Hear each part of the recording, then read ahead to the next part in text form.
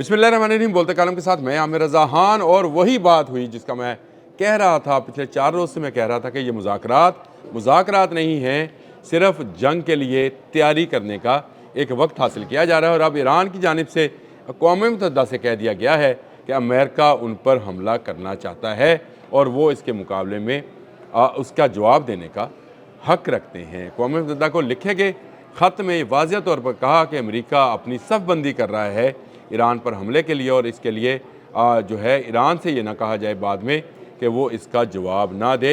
इसका ऐसा जवाब दिया जाएगा कि अमेरिका मुद्दतों याद रखेगा। ये मैं बात उस वक्त से कह रहा हूँ जब मुज़ाकरात की बात आई। पहला दौर अमान में हुआ, दूसरा जिनेवा में, लेकिन तीसरा दौर नहीं होना, उससे पहले जंग हो जानी है। और जंग के लिए ईरान ने तनबीह जारी कर दी है। ईरान के जो सरबराह हैं अली ख़ामेनी, उन्होंने तो यही कह दिया कि हम भाई इस जंग में अमेरिका को ऐसी शिकस्त देंगे कि ये मुद्दतों याद रखेगा। उन्होंने कहा कि ठीक है कि अमेरिका के पास ऐसे बहरी बेड़े हैं जो कि बहुत ही सोफिस्टिकेटेड या जदीद आलात से हैं, लेकिन इन बेड़ों से भी ज़्यादा जदीद इनको डुबोने वाले हथियार हमारे पास हैं और हम इन्हें चलाने में कभी कोई कोताही नहीं करेंगे। ये वो हालात हैं जिसको लेकर मैं पिछले 2 दिन से कह रहा था कि ईरान अमेरिका को जवाब देने की भरपूर तैयारी कर रहा है।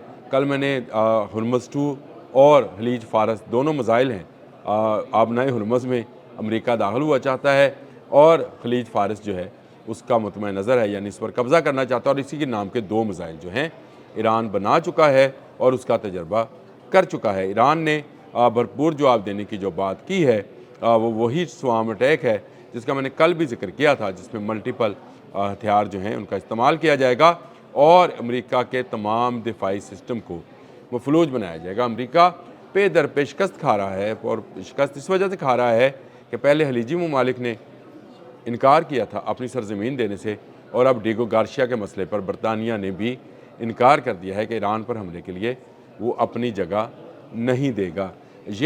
लेकिन इसके बावजूद डोनाल्ड ट्रंप ये कह रहे हैं कि अगले आने वाले 10 दिन जो हैं वो बहुत अहम हैं और ईरान के हवाले से उन्हें फ़ैसला करना है। वो फिर एक मरतबा ईरान पर दबाव बढ़ा रहे हैं और 10 दिन का टाइम इसलिए दे रहे हैं, जो मैंने बहुत सारे व्लॉगर्स ने तो ये बात की थी कि शायद इस हफ्ते में या इस हफ्ते के आखिर में होगा।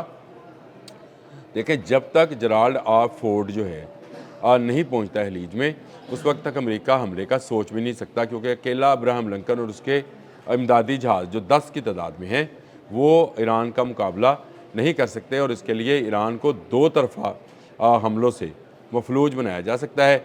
महदूद पैमाने पर हमलों की बात की जा रही है अमेरिका की जानिब से, और वॉल स्ट्रीट जर्नल ने तो ये सारी बात जो कहानी है वो लिख भी दी, और उसका कहना है कि अमेरिका जो है हमले के लिए महदूद कार्रवाई कर सकता है। अखबार ने इतला दी कि मुमकिन, हाँ ये एक ख़बर थी, लेकिन इसको जब अदील साहब आते हैं तो मैं उनके साथ डिस्कस करता हूँ।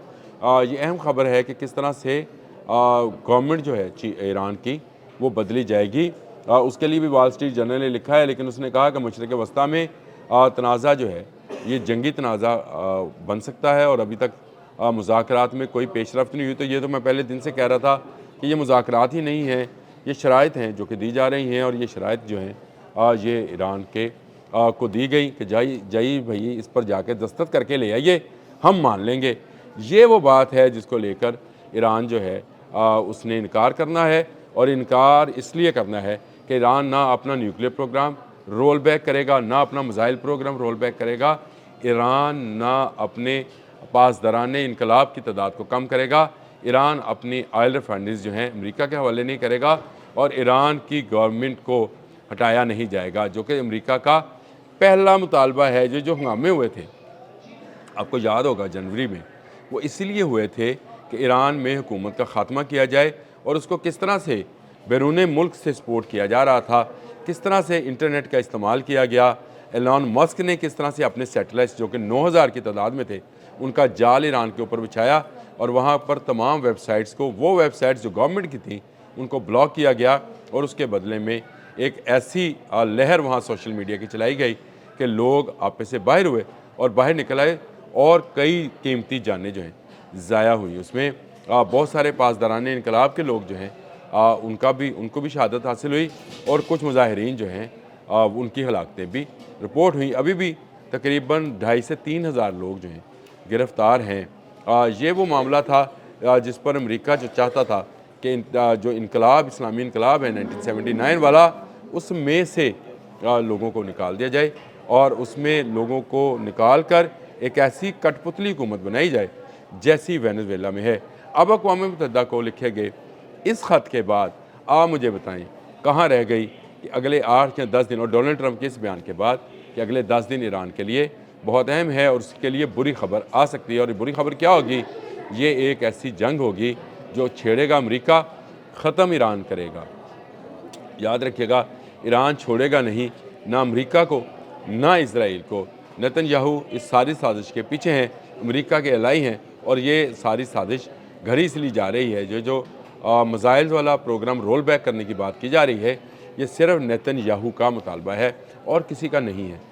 اس مطالبے کے پیچھے نیتن یاہو کا وہ لاجک ہے کہ جنگ جون میں 2025 میں ایرانی میزائلوں نے اینٹ سے اینٹ بجائی تھی اسرائیل کی، اور اس کو روک نہیں پائے تھے، اور اب تو ایران میزائل پروگرام کے اندر بہت زیادہ سوفسٹیکیٹڈ یا بہت زیادہ جدیت اختیار کر چکا ہے۔ یعنی اس کے یہ ہتھیار جو کہ میزائلز کی صورت میں ہیں، وہ چاہے شارٹ رینج بلسٹک میزائلز ہوں، میڈیم رینج MRCBM ہوں، لانگ رینج بلسٹک میزائلز ہوں، یہ تمام میزائل سسٹمز اب اور جدید طریقے سے جو ہیں لانچ ہوں گے، اور ایسی جگہوں سے لانچ ہوں گے جن کو تباہ نہیں کیا جا سکتا ہے۔ ایران نے ان کے great bomb GBU-57 great bomb of United state 57 کا توڑ نکال لیا۔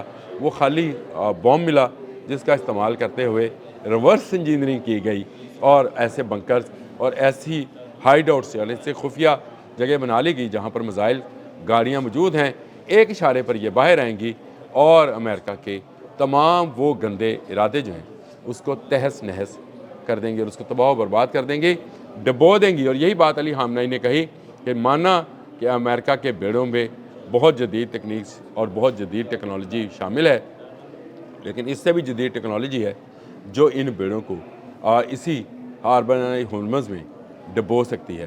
اس وقت جنگ کی صورتحال شدت اختیار کرتی چلی جا رہی ہے۔ اقوام متحدہ کو لکھے گئے خط کا مقصد اس جنگ کو رکوانا ہے، لیکن امریکہ اقوام متحدہ کی بات نہیں مانے گا۔ وہ اس لیے نہیں مانے گا کہ ایک سپر پاور جو ہے جب ایک ملک پر حملہ آور ہوتی ہے، جیسے رشیا یوکرائن پر حملہ آور ہوا، آج تک نہ اس نے اقوام متحدہ کی سنی، نہ نیٹو کی سنی، نہ امریکہ کی سنی، کسی کی نہیں سنی، اور یوکرائن کی جنگ جاری ہے۔ اسی طرح امریکہ اب پیچھے ہٹنے والا نہیں ہے، وہ اقوام متحدہ کی بات نہیں سنیں گے۔ اور مزے کی بات یہ ہے کہ اقوام متحدہ بھی اسی کے ہاتھ کی کٹ پتلی ہے، جس طرف وہ چاہتا ہے اس طرف اس کٹ پتلی کا ناچ شروع ہو جاتا ہے۔ اب تک کے لیے اتنا ہی، اللہ حافظ۔